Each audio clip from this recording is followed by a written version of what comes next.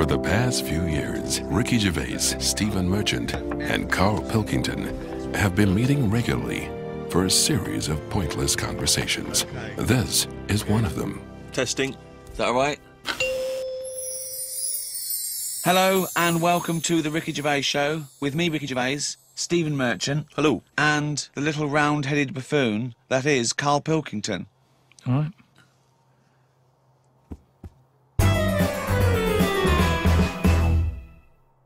Carl, as you're aware, you've obviously got many celebrity fans, and you've also got a new fan, Warwick Davis, who is the short actor that many people will see in films like Return of the Jedi. He also is in Harry Potter. He's 3'6", and Ricky and I worked with him recently. And far from asking us about the many celebrity names that we've worked with, the only person he was interested in talking about, of course, Mr. K. Pilkington. He wanted to meet you, Carl. Yeah.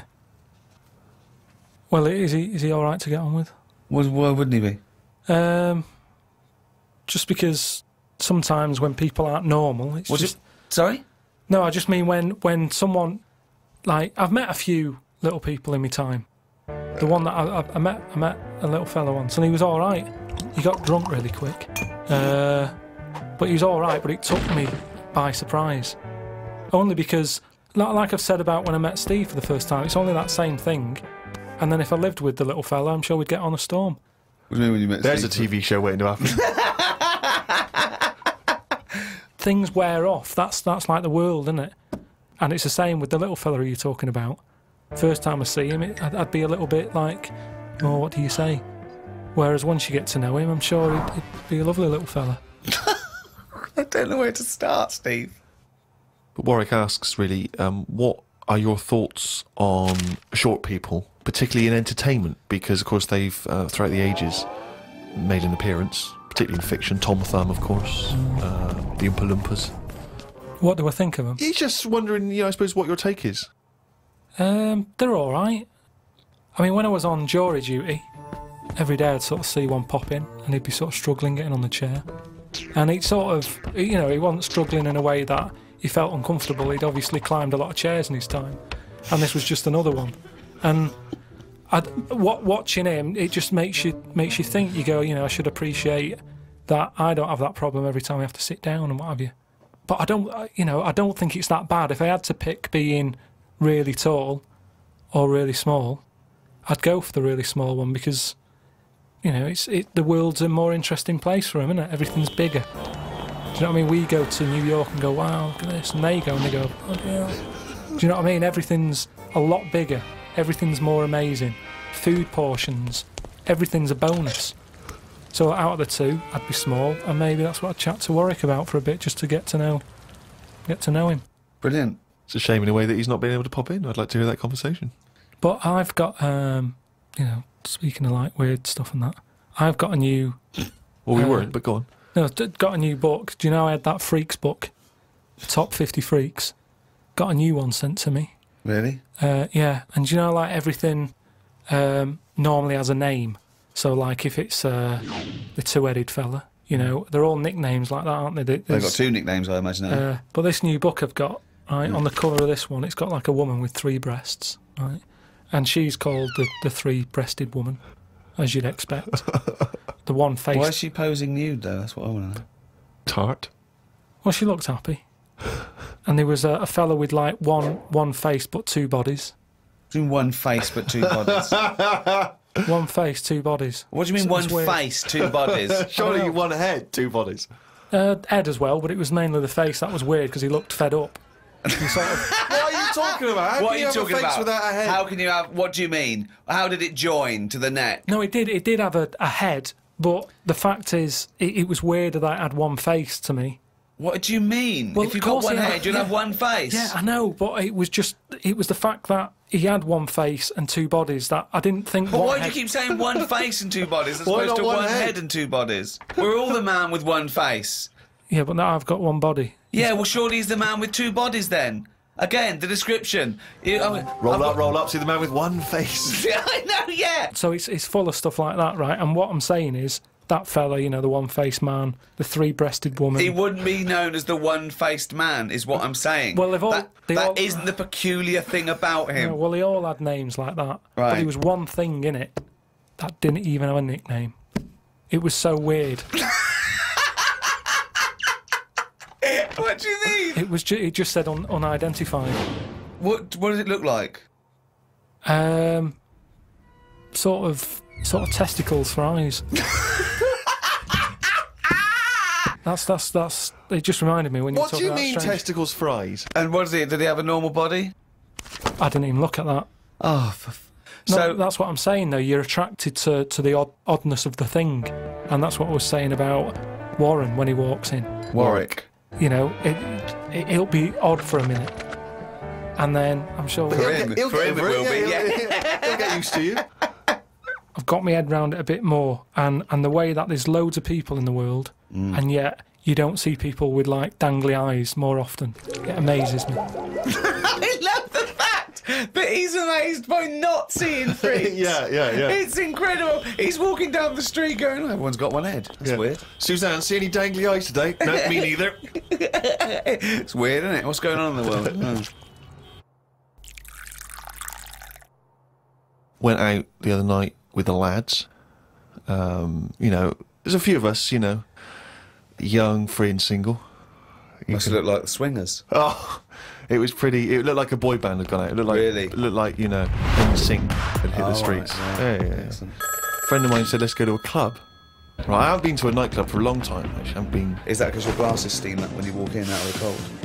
That is a problem in the winter. I genuinely, it's very difficult to make a good impression when as you walk in, your glasses steam up straight away, and you know you got to take them off and clean them and stuff, and then you know you get a bit. On your white fronts, you pull your white fronts up through the jeans, clean them on that. Or the back of a girl's dress. But we cruised down to the club. It's one of those big sort of London super clubs, and it's a bit of a queue. I think it's a bit of a chore. But we're queuing up, we're in good spirits, we're looking at it, it sounds pretty funky, we can hear the music coming out. You know, been in the queue for quite a while, 20, 25 minutes. Forget it, 25 minutes. Well, yeah, we were pretty excited by this point. The doorman says, hello lads. I said, yeah, we're coming please. He went, no you're not. I went, Really? What? He said, you're not coming in. And he just immediately lifted the little rope and sent us away from the queue, right? And we were slightly perplexed, we were dumbfounded, we didn't know what to do. It was like, this couldn't be happening, it didn't make sense. We just queued up what was going on. And so my friend said, well, we've got to find out why he's not going to let us in. So he goes back over. I thought what you wanted to do. You wanted to tie him up with logic. That'll show a bouncer. Exactly. Yeah, show him how educated you are and how you can win an argument and make him look stupid. You'll be in that club in no time. That's what they appreciate. They love that. Because what they respect is being made to look like a fool. Yeah, exactly. So we went over and... They really look up to intellectuals. Exactly, yeah. So one of our mates goes over and he says, why didn't you let us in? And he went, because you didn't have any girls with you. Now, I'll tell you this. That's kicking you when you're down. Because when you're out on a Saturday night trying to get into a club to meet women, and the reason you're not allowed to go in a club to meet women is because you haven't got any women with you, that's just salt in the wound. It's so humiliating. So, a friend of mine says that there's a VIP entrance over there. There was like a woman with a clipboard, you know, the guest list. Separate entrance. She said, you know, you've got a little bit of profile, Steve. Why don't we try and use your... You ran home, got your Golden Globe in your Emmy. Yeah, exactly. Well, I always carry, you know, some of my cuttings with me. Yeah. And I felt a bit self-conscious about that. I was thinking, I'm not into this, you know, it's a bit awkward. But he said, look, don't worry, you just stand here. Just stand here, just like you're having a conversation. I'll go over, I'll point him out, I'll go, oh, there's Steve Merchant over there, they're at the office. Or whatever. Oh, God, Steve! So I thought, well, you know, the thing is, we were out, and I was a bit frustrated, and I thought, you know, we may as well try everything. So I stand there, and my friend goes over, and he has a word, and he comes back, and he says, it's fine. She can't let us in the VIP entrance because she's not allowed, but what she can do is walk us to the front of the queue, right? You can walk to the front of the queue and explain. So I think, okay, fine. Oh, God. So we walk past everyone else, right, to the front of the queue, right? She goes up to the guy, she says, this is Steve Merchant office. The guy goes, I know he is, we're not letting him in. Oh, God! Oh, God! By now, of course, some people have recognised me, so they're trying to have my photo taken. So there's people inside the line that's being allowed in the club. I've got to lean across the rope to have my photo taken with them, even though I'm not allowed in the club. So they go, oh, all right, this is Steve, they're having the photos taken, right, camera phones and that. They're going into the club where the music, the party's kicking off. I'm outside waiting for the next chump who wants to have his photo taken. I mean, it was mental. So, That's unbelievable. I was furious, and then one guy, I remember he was chatting, and he goes, oh, yeah, brilliant, I love the podcast and all that stuff. Is Carl with you? I said, oh, Carl's not out here. And his girlfriend, she went, who's that?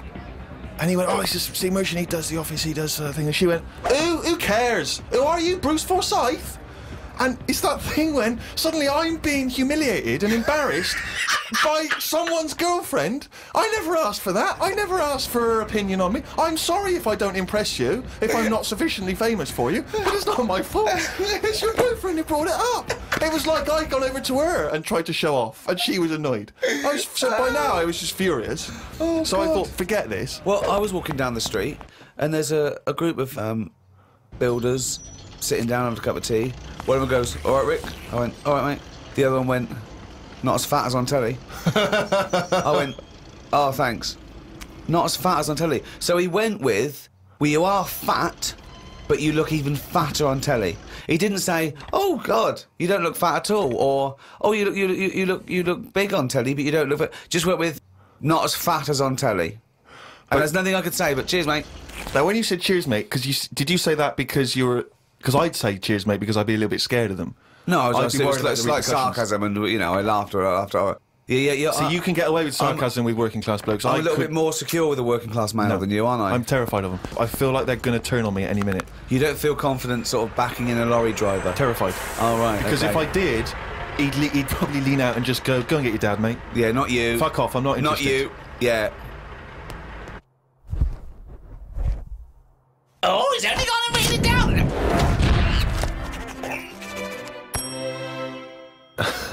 That jingle there signifying, of course, once again, another reading from the Diary of Carl Pilkington.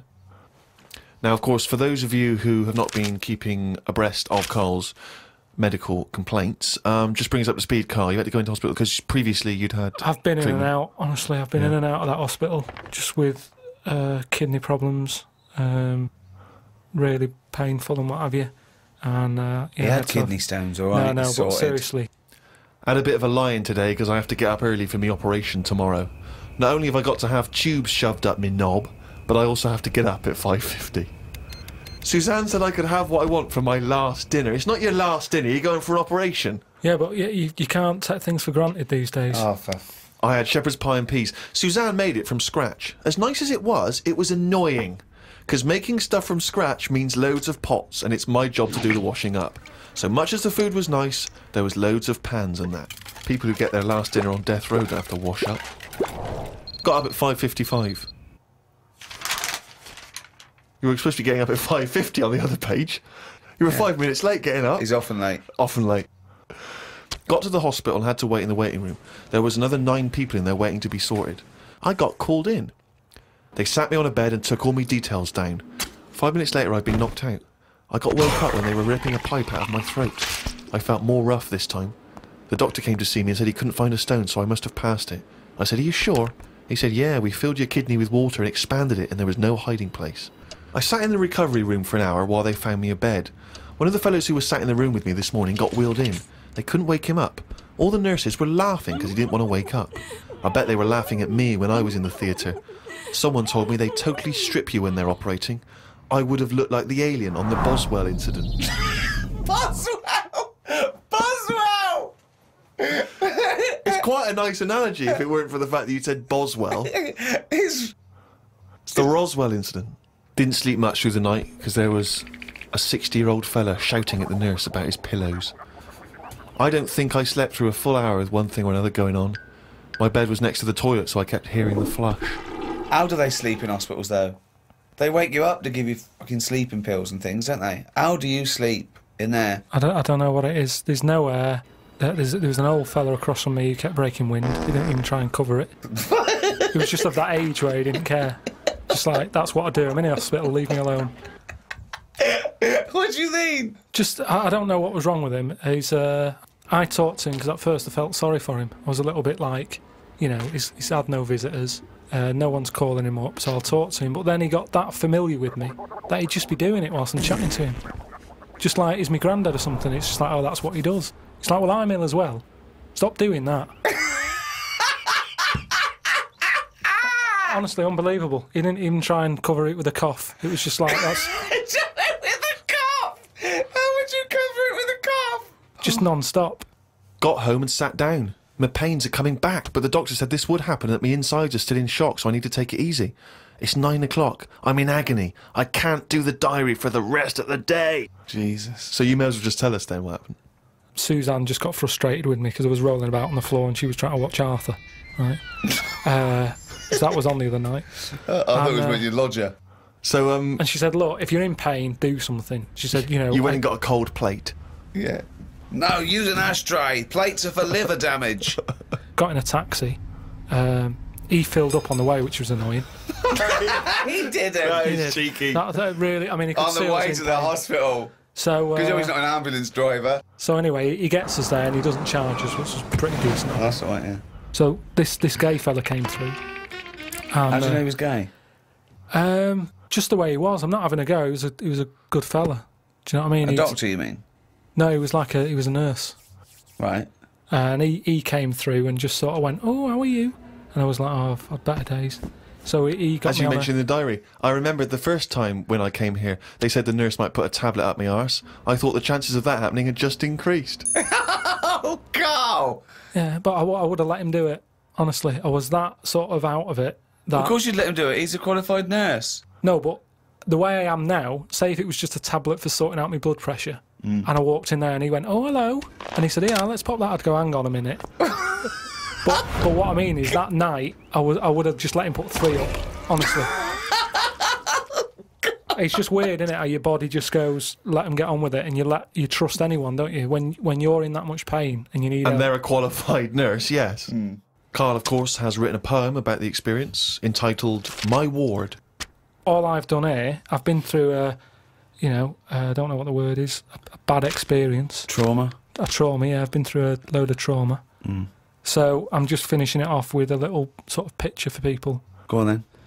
Me, a Chinese fella, and an old bloke who looked like Mr. Burns from The Simpsons. Don't know what was wrong with him, but breaking wind was the symptoms. No one visited him or called him. He seemed quite lost to me.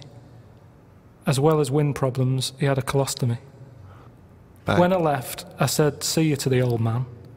Turned out the other fella wasn't Chinese. He was from Japan. I never found out what was up with him. You've got a little picture there, haven't you, of me sat in my ward. I'm sat there with that fella who I didn't talk to, the old fella who had wind problems. And that's what a poem is, isn't it? But the detail about you thought he was Chinese and he turned out to be Japanese, how is that evocative? That's just a piece of misinformation. It's just I like it. I imagine a lot of people make I that like same it because mistake. you know why? It's like he even makes digressions within his poem. Yeah. Do you know what I mean? It's like he could have gone back and erased that, but he didn't. He left that digression in, and I think that's great. It's very honest. Had a late night last night because I stayed up to watch a programme about monkeys. It's already good. Of course he did. It's already good. Now, before I read on, I mean, is this not some kind of monkey news? Is this not a late return to monkey news? Well, it's not that good. Is it not? Whereas the other monkey news is... Oh, chimpanzee, that's some more shit. This is what he says. This is what he gleaned from the programme about monkeys. It sat on a bridge and wanted stuff off people to walk over the bridge. What? So it was acting as some kind of toll booth, This was is it? ridiculous. No, it was a bridge in like the jungle. Oh, shut the fuck up. And it's a monkey that's sat on a bridge, and a lot of tourists go through the area. No, it's a monkey to look at them. who realised that if he sits there, he'll get stuff because it look like it's a cute little chimp begging. No, but every time. Yeah, because you give a monkey, you give it. Oh, I'm as bad as him now. If you give a chimpanzee a banana, and he starts realising that humans have things to give. Yeah, but it's all squirrels sorts of learn stuff. that. But you don't go. Oh, you wouldn't say. Oh, went to the park. The squirrels waiting at the gate. You have to give them a toll to go in. They don't do anything to give them nuts. They come up to you every time. You fucking idiot. Went to bed after watching it and fell asleep thinking about it on the bridge right now. It's a bit bad, really, because the monkey should work harder for its food. It made me remember the slug I saw yesterday that was eating bird poo. Nobody would ever help a slug with food like they do with ducks and monkeys. A slug's life is pretty bad. The only time they come out of their den is when it's raining. Den. So even their days out are depressing. It is. Do you know what I mean? No. It is like, it's a horrible thing to be, innit? A slug. Love him talking about what is it like to be a slug. No, just because like the monkey, even though it's been quite aggressive, everyone was like, "Oh, give it some water," and it was well like kitted out. It had like, you know, chocolate bars, bottled water, some like, you know, fizzy stuff, and all that. An iPod. It was listening to Monkey News. He could have had one if it wanted one. It was getting away with murder on that bridge, and that's just because it was furry. Yeah, if that was like a blob, like a slug, there's no way people would be that friendly towards it. And it just annoys me how you get this pecking order for, like, no matter what creature you are, favouritism. And that slug was only eating that bird poo because it wasn't being offered stuff. If it was offered toffees or whatever. Well, it's just sad, isn't it? It's come to that. That's what its life has come to. Yeah, but it's not a was mollusk raining, like that's I say. down on its fucking luck. It didn't live in a big country house, No, and his but it wife left is. it. The I kids was went. It started hitting the watching bottle. it, and I kind of thought, and look, they do only come out in the rain, and it's depressing, and it'll probably get killed in a bit. And that was its last meal. I just Last meal! people But it don't wouldn't care. prefer steak and chips, Carl. It No, but doesn't a have. leaf. It must like a leaf or you know. At the end of the day, it's an insect. They love a It's leaf. not an insect. Well, it's part of that gang. It's part of that. No, it's part They of that. hang out together. They hang out It's not. together. Why do you think it's part of that Because gang? it knocks about in the woods in the same place as a spider does. But what I'm saying is they're eating boring stuff because that is what's It's in not their boring area. stuff to them. They're not. I have no opinion of it at all. They take in sustenance. No, but where you are is what you eat. When I'm in London, I'll have beans on toast for lunch. On holiday, what? Tapas? Go on, I'll have a bit. So it's whatever you eat, what's in that area. Suzanne went off to work and I went to the shop to buy some envelopes. The shop was empty, but the fella behind the counter was on the phone and just kept talking even though he could see I was waiting. I started to count backwards from 20. When I got to 6, he hung up and served me. I won't use the shop again. Question, why count backwards from 20? So he's thinking, what's going to happen at 1? If I start counting from 1, he's going, well, let him carry on. What, out loud? So, not really loud, but like more of a mouth action, so he could see who was doing it. Do you know, like Sorry, you just started miming counting backwards to a man in a shop.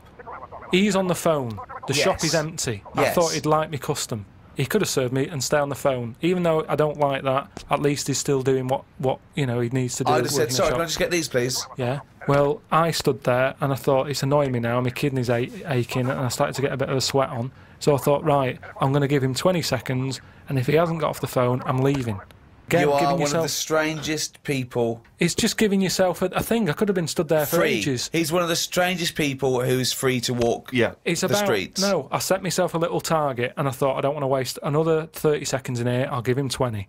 It worked. He served me at 6. But it didn't work. Yeah, but did he do it because you were doing that, or did he finish his phone call? I don't know. I was busy counting.